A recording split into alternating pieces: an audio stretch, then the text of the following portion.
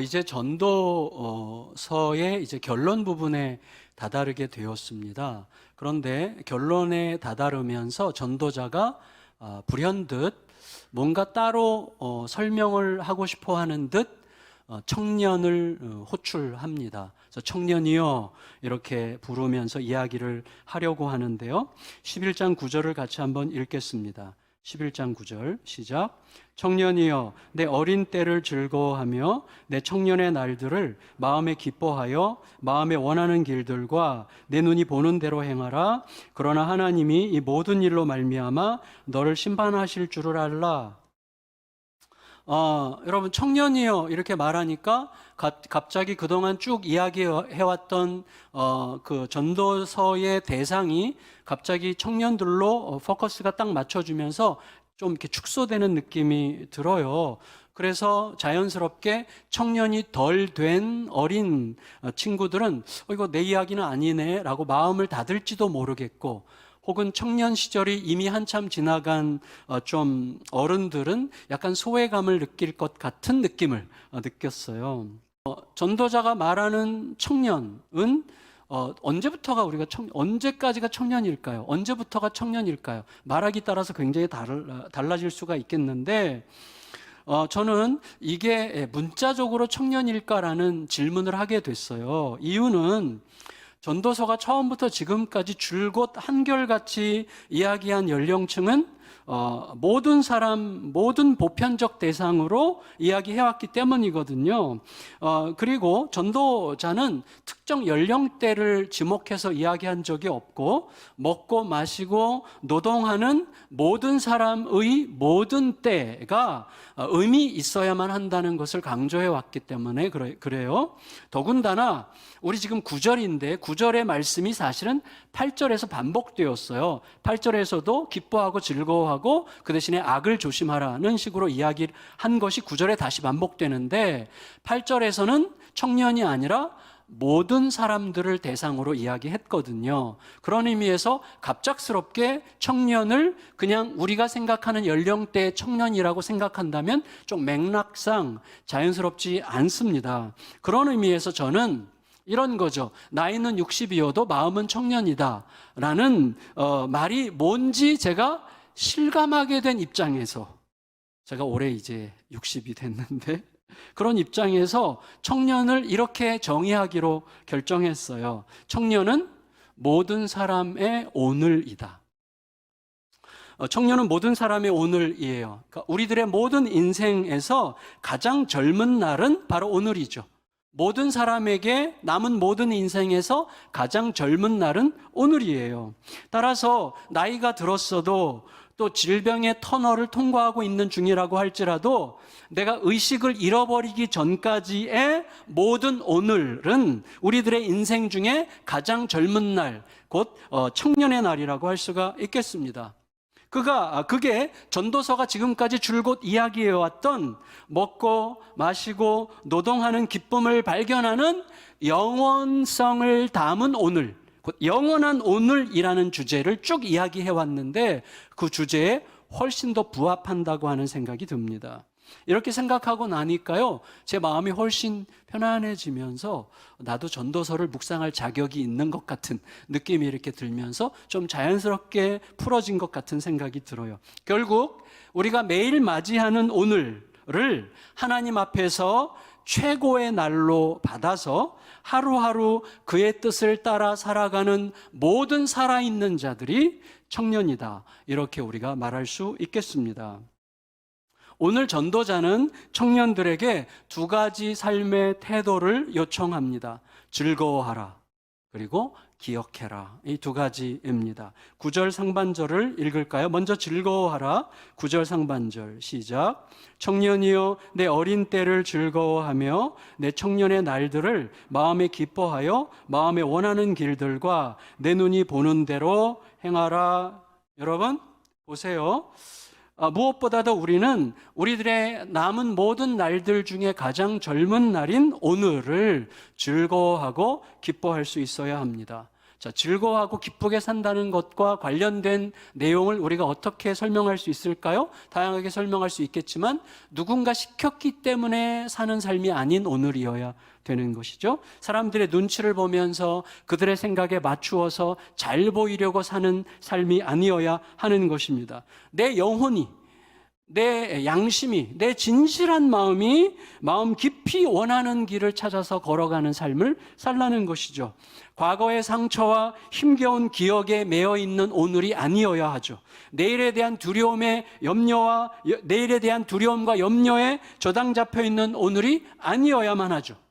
그런 오늘을 즐겁고 기쁘게 살라는 것입니다. 그래서 한마디로 옛날에 죽은 시인의 사회에서 로빈 윌리엄스가 학생들에게 책상 위에 일어서서 말했나요? 말했던 그 말, 카르페 디엠, 오늘을 잡아라. 그 말이죠. 그걸 살라는 거예요. 오늘을 잡아라. 카르페 디엠을 해라. 그거죠. 사실은 이 카르페 디엠이라는 말은 로마 초기에 아우구스투스의 황제, 굉장히 총애를 받았던 시인 중에 호라티우스라는 시인이 말했던 말 중에 한 부분을 따온 말이죠. 그가 한 말이 지금 오늘을 잡아라. 가급적 내일이라고 하는 말은 최소한만 믿어라.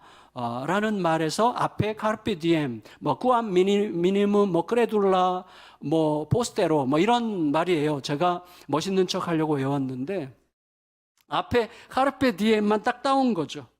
근데 여러분 중요한 건 뭐냐면 이 호라티우스라는 사람이 추종했던 자기보다 한 200~300년 전에 살았던 분이 그 유명한 에피쿠로스인데 우리에게 쾌락주의자로 알려져 있는, 근데 그 에피쿠로스가 말했던 쾌락은 사실은 우리가 생각하는 난잡한 쾌락을 얘기하는 게 아니었어요. 그는 쾌락에 끌려다니지 않는 쾌락을 이야기했어요. 다시 말하면 어떤 것에도 매이지 않고 몸과 영혼의 진정한 자유를 누릴 수 있는 쾌락을 주장했었거든요. 따라서 그를 추종했던 호라티우스가 카르페 디엠이라고 했다면 그가 말하는 카르페 디엠, 오늘을 잡아라 하는 것은 무분별한 쾌락과 즐거움의 추구가 아니고 어떤 것에도 매이지 않는 기쁨에 관한 것을 이야기한 셈이에요. 근데 문제는 뭐예요? 우리가 어떤 것에도 매이지 않을 수 있는 중립적인 존재가 아니라는 거죠. 우리는 무엇에든지 매일 수밖에 없는 자들입니다. 우리는 어떤 것에도 매이지 않으려고 하다가 매이지 않으려는 욕망에 매일 수 있는 자들이에요. 우리는 그렇게 대단한 존재들이 아니죠. 하나님을 생각하지 않는다면 별것 아니죠.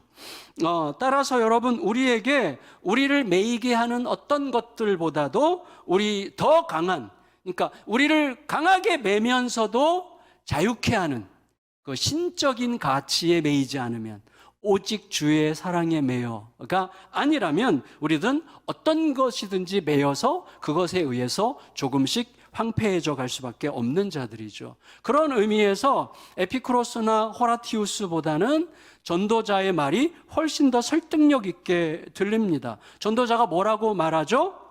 우리들의 인생 중에서 가장 젊은 날인 오늘을 기뻐하고 즐거워해라. 그러나 동시에 내가 가는 길과 그 가는 길에서 우리가 행하는 모든 행동들에 대해서 창조주 앞에서 책임질 수 있는지를 기억해라. 이렇게 이야기하는 것입니다. 여러분 9절 다시 한번 읽겠습니다. 9절 시작. 청년이여 내 어린 때를 즐거워하며 내 청년의 날들을 마음에 기뻐하여 마음에 원하는 길들과 내 눈이 보는 대로 행하라. 그러나 하나님이 이 모든 일로 말미암아 너를 심판하실 줄을 알라. 하나님의 심판대를 생각만 해도, 하나님의 심판대 앞에 선다고 하는 것은 생각할 때마다 너무나 부담스러운 장면이에요. 일단 우리들은요, 대체로, 안 그런 분도 계시겠지만 대체로 마음껏 즐겁게 살 만한 시간이 별로 없어요. 그리고 물질적인 여유도 별로 안 돼요. 마음껏 내가 즐겁게 살 만한 물질적 여유? 나 충분해 라고 말할 수 있는 분들이 얼마나 될지 모르겠어요. 설령 그럴 만한 시간과 물질의 여유가 있다고 해도 내가 마음껏 누리고 싶은 것들은 도무지 하나님께서 기뻐하실 것 같지 않은 어떤 것들이죠. 따라서 마음껏 즐겁게 살아. 그리고 하나님의 심판을 기억해. 이 말은 진수성찬 산의 진미를 잔뜩 차려놓고 마음껏 먹어. 1분 줄게. 너 알지? 그리고 밖에 지금 일주일째 굶은 사람들 줄 서 있는 거? 이렇게 말하는 것과 약간 비슷한 느낌. 마음껏 즐거워해라. 그리고 하나님의 심판을 기억해라. 이렇게 이야기하는 것이죠. 그러니 내 인생의 가장 젊은 날인 오늘을 자유와 기쁨과 즐거움으로 살면서도 하나님도 만족시키는 삶을 산다는 게 대체 가능한 건가 하는 것을 묻게 됩니다. 근데 저는 살짝 어떤 힌트 비슷한 약간 개인적으로 창세기, 우리 요새 창세기 큐티 하잖아요. 창세기 큐티에서 약간 힘을 얻게 됐어요. 자, 하나님께서 선악과만 빼고 에덴 동산의 모든 나무의 열매들을 얼마든지 먹을 수 있게 하셨다고 하는 대목을 보면서 어떤 느낌이 왔어요. 그래서 제가 큐티 노트에 보통 이제 기도문을 적는데 그날 제 기도문의 주제가 얼마든지였어요. 얼마든지. 그래서 이렇게 적었습니다. 주님께서는 선을 넘는 욕망에 손대지 않고도 얼마든지 복되게 살 수 있게 하셨습니다. 그러나 얼마든지 안 할 수 있는 그것을 하고야 말도록 선을 넘지 않으면 억울할 것 같이 일생일대의 손해일 것 같이 생각하게 하므로 그게 얼마나 치명적인 불신실함인지를 짐짓 잊어버리게 만드는 마음의 미혹을 따라 선을 넘으려고 하고 있습니다. 주님, 그러나 오늘 또다시 얼마든지 신실할 수 있고 얼마든지 하나님과 더욱더 친밀할 수 있고 얼마든지 어두운 미혹으로부터 등을 돌릴 수 있다고 하는 엄연한 진실을 붙들겠습니다. 아멘. 이렇게 적었어요. 여러분, 오늘 전도자가 하고 있는 말은 제가 지난주에 말씀드렸던 우리는 두 개의 진실 사이에 거룩하고 아름다운 긴장감을 가지고 서야 된다는 말과 연관이 있습니다. 지난주에 말씀드렸던 하나의 진실은 뭐죠? 하나님께서는 아시고 보시고 기억하시고 친히 모든 일을 이루실 것이라는 진실. 이 진실은 우리를 무책임한 방관에 빠뜨리는 대신에 믿음의 담대함으로 이끄는 힘이어야만 하는 거죠. 하나님이 다 아셔. 다 하실 거야. 그래서 우리는 마음대로 해도 돼. 이런 식의 심리가 작동하거든요. 그렇게 방종하는 자유로운 방종이 아니라 오히려 하나님에 대한 확실한 믿음의 굳건함으로 우리를 이끄는 힘으로 작동해야만 하는 것이죠. 동시에 또 하나의 진실은 뭐였습니까? 하나님께서 아시고 보시고 기억하시고 모든 것을 행하신다는 진실 외에 그러나 하나님은 그것을 언제 어디서 어떻게 행하실지 모른다는 진실이죠.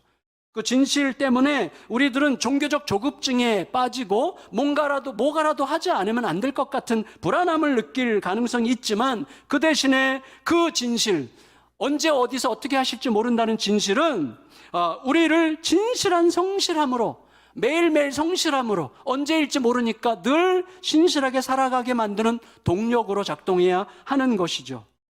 마찬가지로 전도자는 오늘 우리에게 두 개의 진실 사이에 또 서게 하는 것이죠. 타인에게 매이지 않는 삶, 현실에 매이지 않는 삶, 과거와 미래에 매이지 않는 삶, 그리고 오늘 하고자 하는 것을 마음껏 즐겁게 행하는 기쁨을 누려오는 삶, 이게 진짜다. 이 진실과 또 하나, 그러나 그 모든 행동이 반드시 전능하신 창조주 하나님 앞에서 판단을 받게 될 책임 있는 행동이어야만 한다는 진실 사이에서 서서 가라. 그래, 그 긴장 속에서 살아가는 법을 배워라. 이런 식으로 우리에게 권면하고 있는 것 같습니다. 하지만 여러분 생각해 보면 그런 균형 있는 삶, 얼마든지 즐거우면서도 하나님께 충분히 받아들여질 만하게 살아갈 수 있는 삶이라는 게 과연 가능한 것인가에 대해서는 여전히 매우 막연합니다. 근심이나 염려 없이 즐겁게 살아가는 동시에 하나님의 심판의 날을 생각하면서 악이라는 악은 얼씬도 못할 만큼 거룩하게 살아가는 삶은 과연 가능한 것인가? 라고 전도자는 우리에게 물으려고 하고 있어요. 10절 상반절을 읽을까요? 11장 10절 상반절 시작. 그런즉 근심이 내 마음에서 떠나게 하며 악이 내 몸에서 물러가게 하라. 무슨 말이에요? 근심이 내 마음에서 떠나가게 하며 즐겁게 살라는 거죠. 그리고 악이 내 몸에서 물러가게 하라. 하나님의 심판을 기억하며 살라는 거죠. 자, 이 두 가지를 지키며 살아가는 게 가능하냐고 또 생각하게 하는 것입니다.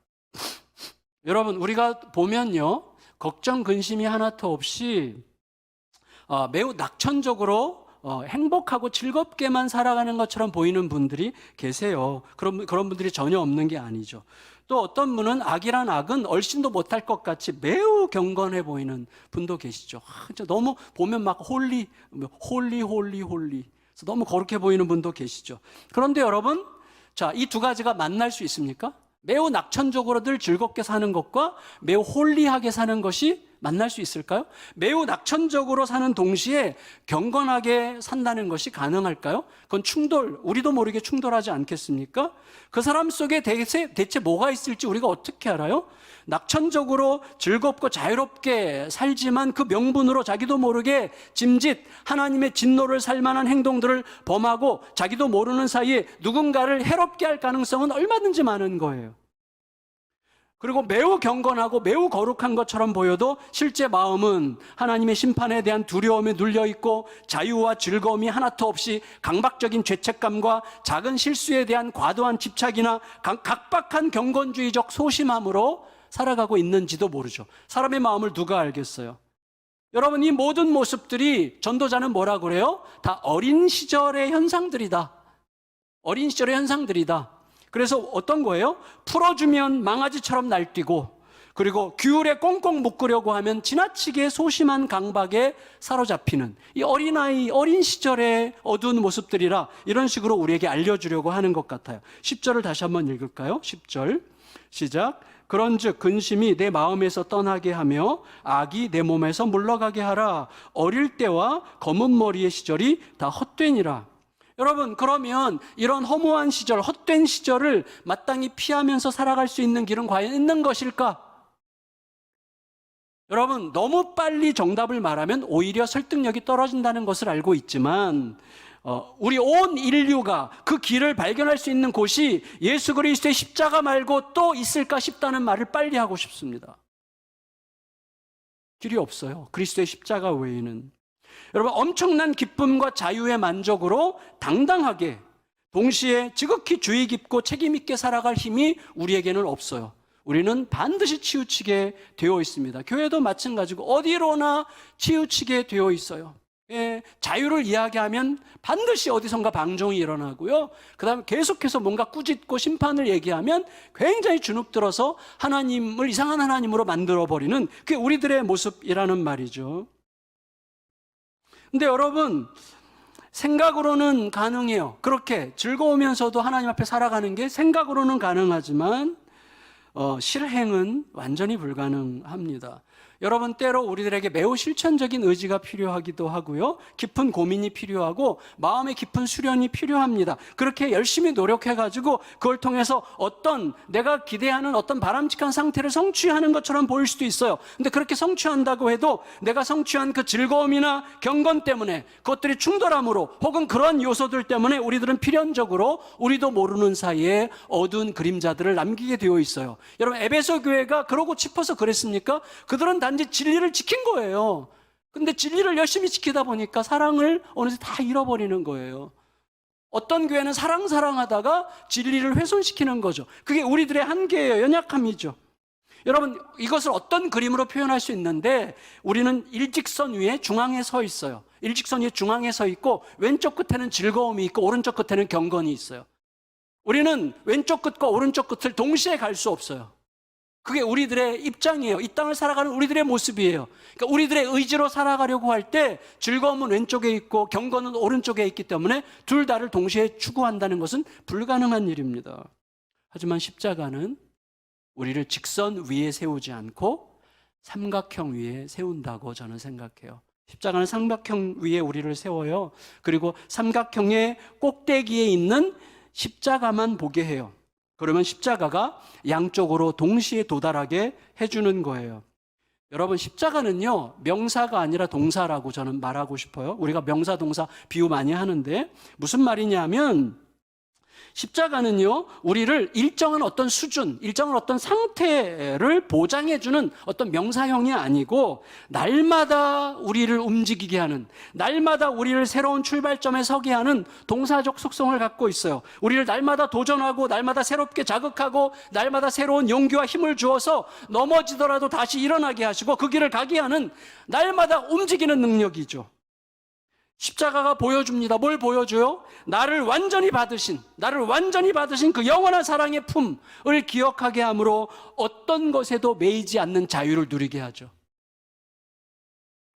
그래서 십자가 앞에서 나를 완전히 받으신, 당신의 아들을 죽음에 내어주실 만큼 나를 완전히 받으신 그 사랑을 기억함으로써 누가 나를 욕하거나 뒷담화하고 다닌다거나 내가 사람들에게 모함을 당해도 아프긴 하지만 그것에 매여서 노예처럼 살아가지는 않을 수 있는 자유를 우리가 누리게 되는 것입니다. 동시에 이 십자가가 보여주는 나의 확연한 처절한 죄성, 하나님의 아들이 죽으실 만큼 처절한 나의 죄를 보게 하심으로 죄에 대한 민감한 경계심으로 건강하게 살아가게 하는 것이죠. 십자가가 이 둘 모두를 우리에게 충족시켜주는 능력이 되는 것입니다.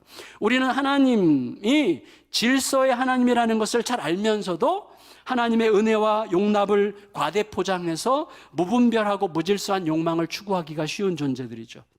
동시에 우리는 하나님께서 우리들의 잘못을 막 감시하고 숨은 죄악까지 낱낱이 찾아내가지고 심판하는 분이 아니라는 것을 알면서도 때로는 하나님을 그런 분으로 둔갑시켜서 스스로를 방구석에 가두는 그런 연약함을 가지고 있는 자들입니다. 하지만 주님께서 가르쳐 주신 우리들의 삶의 진실이 뭔지 우리가 알고 있어요. 그 진실이 뭡니까?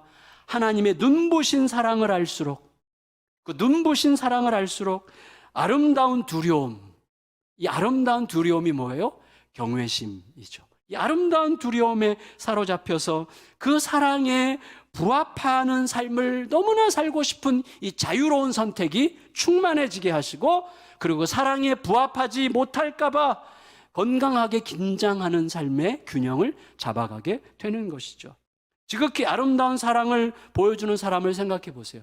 여러분에게 지극히 눈부시게 아름다운 사랑을 보여줬던 사람을 만나면 어떻게 되죠? 갑자기 마음이 확장됩니다. 마음이 넓어지죠. 정말 아름다운 사랑을 보여주는 사람을 만나고 그 사람 앞에 딱 있으면 마음이 이렇게 넓어지는 것을 느껴요. 그분의 절정이 우리 예수님이시죠. 여러분, 십자가의 눈부신 사랑을 깨닫는 동안에 우리는 자유를 누리는 중에도 하나님의 맑고 깨끗한 사랑과 공의의 은혜가 하나님이 어떻게 하기도 전에 우리가 스스로 나를 점검하게 만들죠. 따라서 십자가 사랑의 존귀함에 비추어서 살게 되면 방종에 빠지지 않은 채 즐거워할 수 있고 죄책감을 충분히 이길 만큼 자유로울 수 있게 되는 것입니다. 예수님의 십자가의 그 은혜가 있는 것이죠. 요한복음은요, 요한복음의 서론 1장 1절에서 3절 사이에 이 서론에서 이 십자가의 주인공이 바로 만물의 창조주라고 선언했습니다. 만물이 그에게서 나왔고 그랬죠. 말씀이 육신이 되었는데 그가 만물을 지으셨다 이렇게 얘기하죠. 십자가의 주인공이 곧 만물의 창조주세요. 여러분, 전도자가 창조주에게서 십자가를 봤을 가능성은 별로 없어요.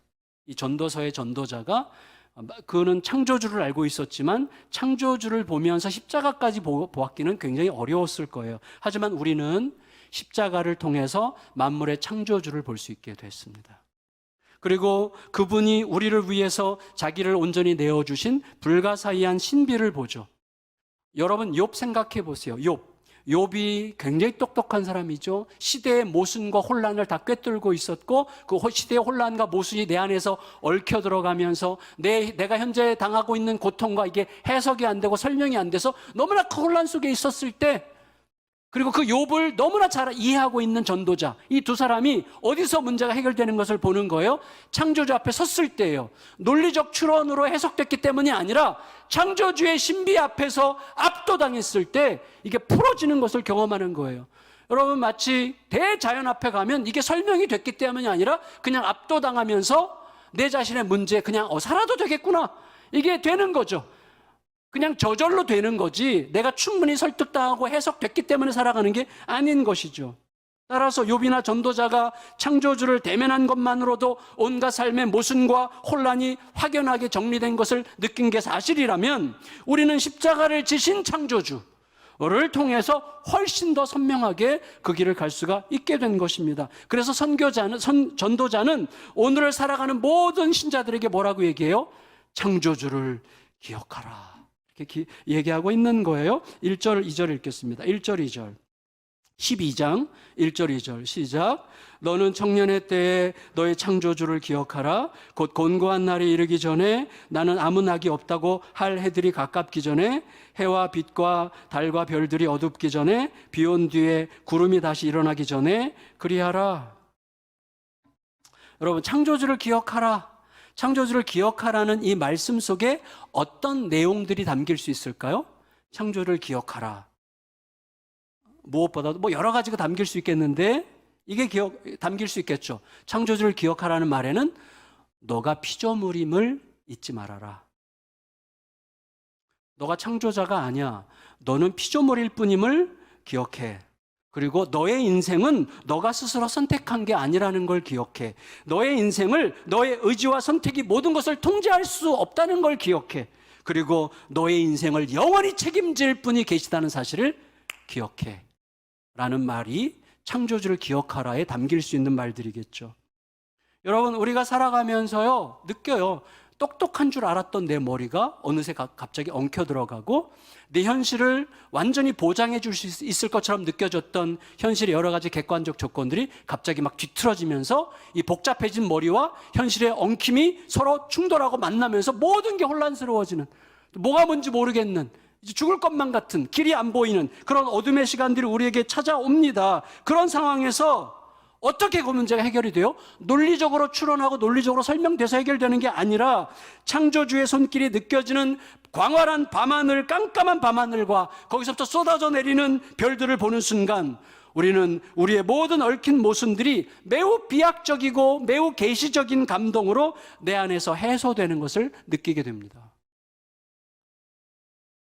희한한 비약적 신비가 거기 있어요. 예를 들어서 옛날에 제가 한번 말씀드렸는데 제가 개척하기 전에 주례를 하기로 한 젊은 부부가 있었어요. 10년을 사귀었어요. 저랑 이제 결혼 날짜를 잡았고 결혼 주례 어떻게 할 건가 막 얘기하는 중에 갑자기 파토가 났어요. 파토가 뭐지? 하여튼 결혼이 해지됐어요. 그래서 무슨 문제인지 모르겠지만 이 자매가 엄청나게 상처받았어요. 자매가 죽을 것 같이 고통스러운 거. 10년을 사귀고 이제 막 결혼을 앞뒀는데 깨졌어요. 너무 아파서 죽고 싶은 마음이 드는 거죠, 이 자매가. 그리고 이제 죽는 셈 치고 한번 여행이나 가자. 그래서 인도를 갔는데 인도에 가면 낙타 여행이 있대요. 낙타 여행. 낙타 타고 광야로 사막으로 가서 사막 한가운데 거적대기 깔고 누워서 몇 시간 하늘 보는 여행이에요.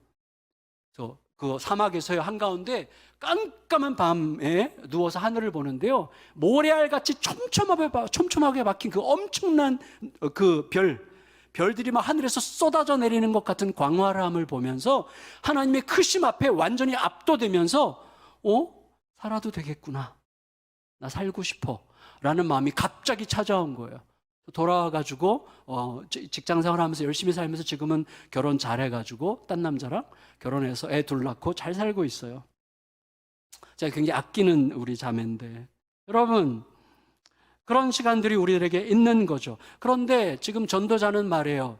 그런 창조주를 기억하려면 언제? 청년의 날, 곧 내 인생 남은 모든 날들 중에 가장 젊은 오늘 기억해야 된다고 이야기합니다. 어제도 내일도 그 어떤 날도 대신할 수 없는 오늘 창조주를 기억하라고 이야기합니다. 오늘 내가 어떻게 사느냐에 따라서 어두웠던 어제의 장막 위로 빛이 들이울 수도 있고요. 오늘 어떻게 사느냐에 따라서 내일을 조급하지 않은 따뜻한 희망과 설레임으로 맞이할 수도 있기 때문에 그렇습니다. 그래서 오늘 모든 게 달라질 수 있는 것이죠. 성도 여러분, 우리 모두에게 곧 매우 곤고한 날이 찾아올 거예요.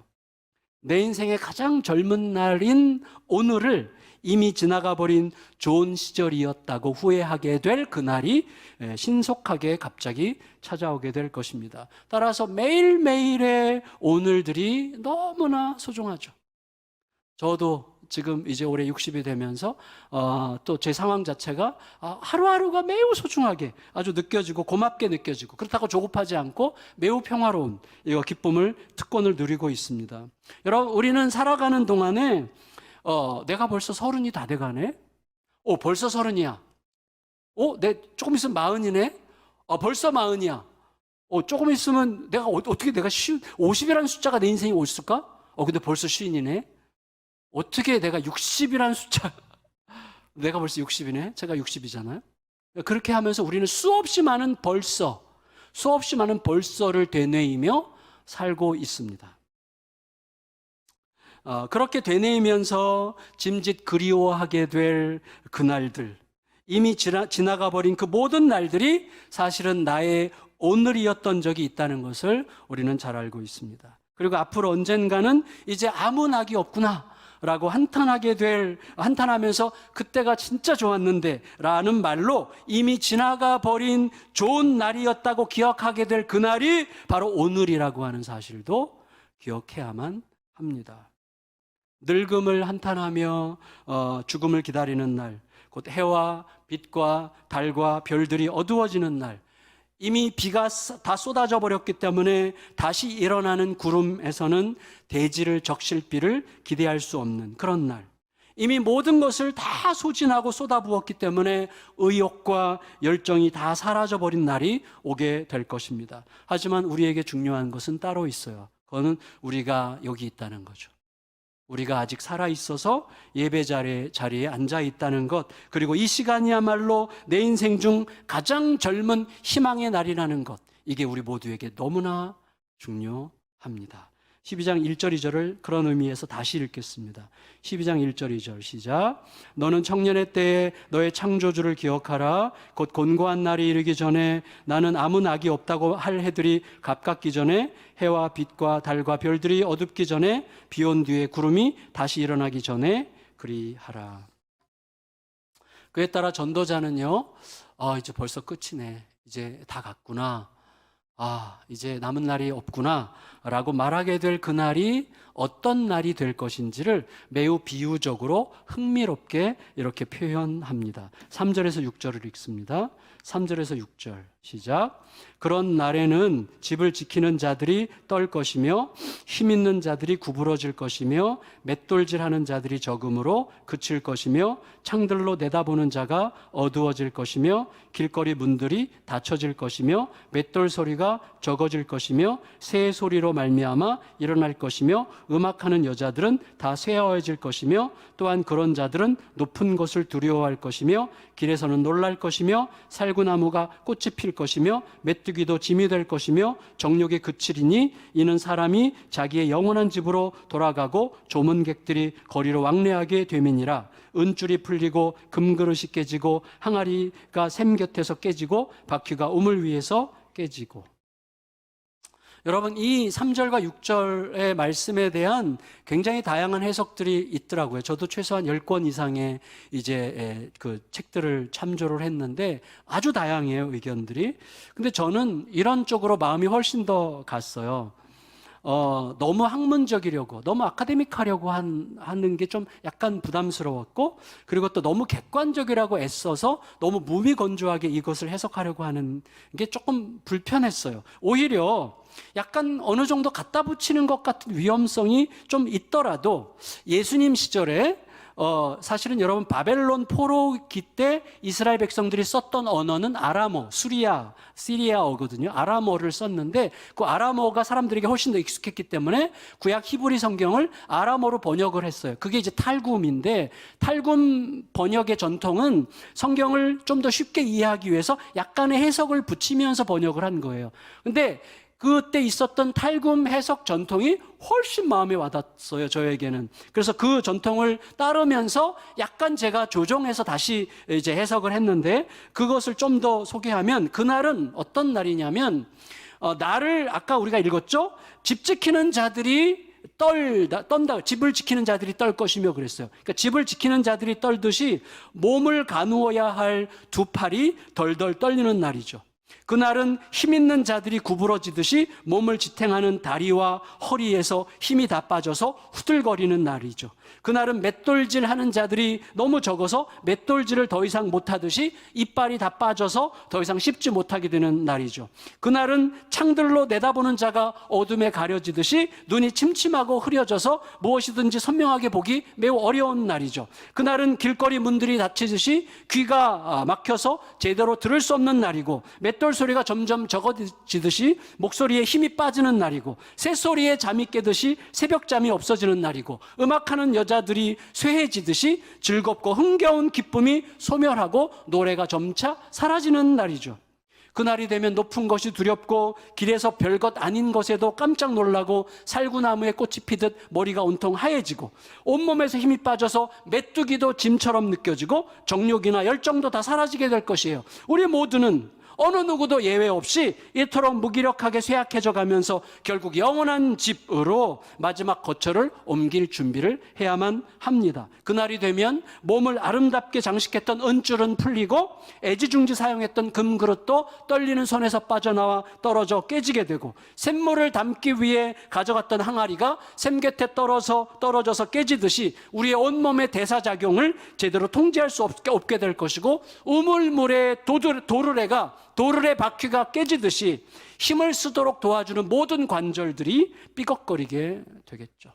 이런 생각을 하면서 다시 한번 3절에서 6절을 읽겠습니다. 시작. 그런 날에는 집을 지키는 자들이 떨 것이며 힘 있는 자들이 구부러질 것이며 맷돌질하는 자들이 적음으로 그칠 것이며 창들로 내다보는 자가 어두워질 것이며 길거리 문들이 닫혀질 것이며 맷돌 소리가 적어질 것이며 새 소리로 말미암아 일어날 것이며 음악하는 여자들은 다 쇠하여질 것이며 또한 그런 자들은 높은 곳을 두려워할 것이며 길에서는 놀랄 것이며 살구나무가 꽃이 필 것이며 메뚜기도 짐이 될 것이며 정욕이 그치리니 이는 사람이 자기의 영원한 집으로 돌아가고 조문객들이 거리로 왕래하게 되밀어라. 은줄이 풀리고 금그릇이 깨지고 항아리가 샘 곁에서 깨지고 바퀴가 우물 위에서 깨지고. 결국 여러분, 행복과 불행, 기쁨과 슬픔, 웃음과 눈물, 그리움과 반가움, 이 모든 것들로 점철되었던 모든 세월들을 고스란히 겪어낸 우리들의 몸은 흙으로 돌아가고 몸에 담겼던 영은 하나님께로 돌아가 영원토록 다시 올 수 없는 이 땅에서의 모든 날들을 내려놓게 될 것입니다. 7절 읽습니다. 7절 시작. 흙은 여전히 땅으로 돌아가고 영은 그것을 주신 하나님께로 돌아가기 전에 기억하라. 따라서 이 모든 게 우리 중에 어느 누구도 비껴갈 수 없는 진실이라면 우리가 인생의 가장 젊은 날인 오늘을 하나님 앞에서도 후회하지 않을 즐거움으로, 하나님과 함께 기뻐할 수 있는 즐거움으로 채우지 않는다면 결국 모든 게 헛되다고 말할 수밖에 없게 될 것입니다. 8절 읽고 마칠게요. 8절 시작. 전도자가 이르되 헛되고 헛되도다. 모든 것이 헛되도다. 여러분, 그러니 전도자가 또다시 모든 게 헛되다고 말함으로써 모든 게 헛되다고 말할 수밖에 없는 현실에서도 우리는 헛되지 않았다고 살 수 없겠느냐라고 질문하는 그의 질문을 들어야만 합니다. 따라서 우리들은 전도자에게 이 말씀을 기록하게 하신 성령님, 곧 예수님을 통해 매우 즐겁고도 경건하고 자유로우면서도 책임있고 당당하면서도 겸손하게 살게 하시는 성령님께 기대어서 서로를 응원하며 지지하며 격려하며 환대하며 힘을 주며 살아가야만 하겠고, 이 시간에 그것을 한번 연습하면서 마칩시다. 서로를 응원하면서 이렇게 이야기할까요? 예수님과 함께라면 얼마든지 해내실 거예요. 시작. 예수님과 함께라면 얼마든지 해내실 거예요. 아멘.